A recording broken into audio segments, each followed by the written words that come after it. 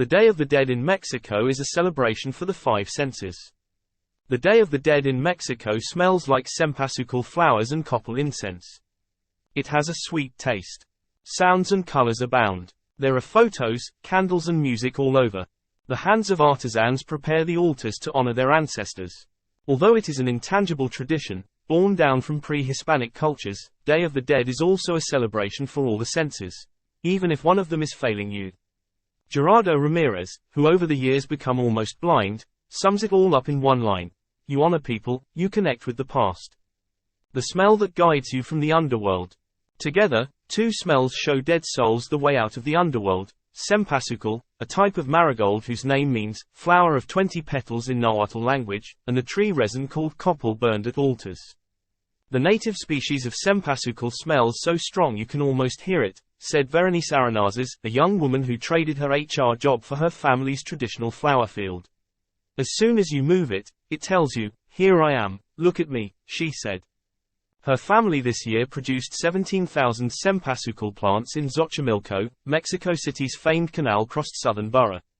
Arenazes' family grows two types of cempasúchil, those grown by selecting seeds from the most potent-smelling flowers and those that are genetically modified. Both are nearly sold out, she said with a smile. Arenazes says the flowers smell like the sweet, fresh, honest work of the farmers like her who dedicate unending days caring for the flowers. They also smell of Mexican pride, she said. Food for the dead. On the traditional altars honoring the dead, food is a symbol of Mother Earth.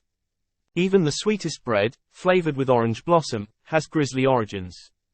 According to researchers at the Mexican School of Gastronomy, the dough was prepared by mixing honey and human blood as an offering to the gods. Other historians believe that Spanish colonizers, frightened by human sacrifices in Mexico, created a bread, dipped in sugar and painted it red, to symbolize a heart. Today there is a special place on altars for the dead person's favorite food and drink. The offering loses flavor, explained Ramirez, because the dead actually come back. What they eat is the essence. Ramirez explained the communion between the living and the dead, recalling an anecdote that marked him when he was a child. When his uncle died, the family placed his body on the dining table until the coffin arrived. Then they all sat down to eat there. The creative hands preparing the altar. Preparing an altar is a great pleasure to many Mexicans.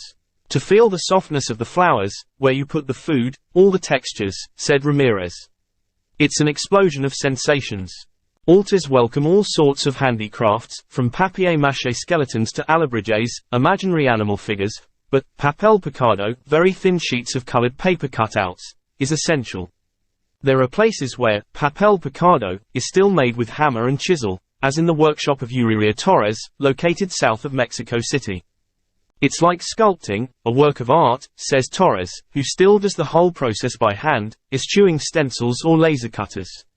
Some people connect Torres' art to the sheets of amet tree bark used by pre-Hispanic communities as paper, though the indigenous precursor was not dyed.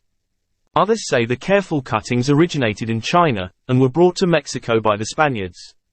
Either way, researchers agree that it symbolizes the union between life and death.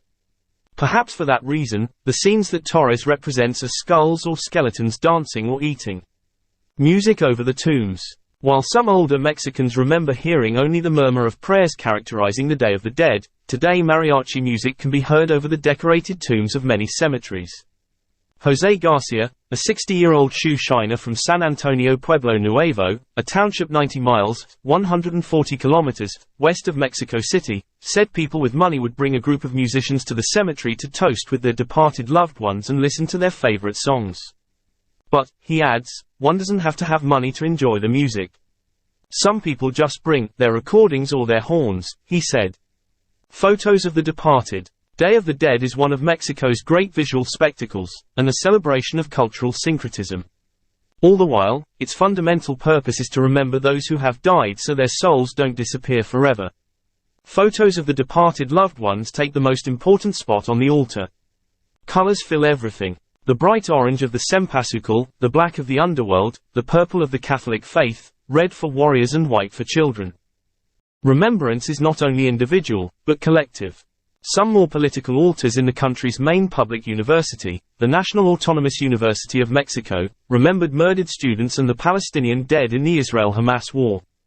Elsewhere, remembrance is institutional, like the offering in the capital's Zocalo in honor of the revolutionary Pancho Villa on the centenary of his death. Beyond the visual spectacle, the important thing is to get into the offering, to connect with the past and go beyond the senses, insists Ramirez. It's not something they explain to you, he says. From the moment you are born and experience the celebration, it's in your DNA.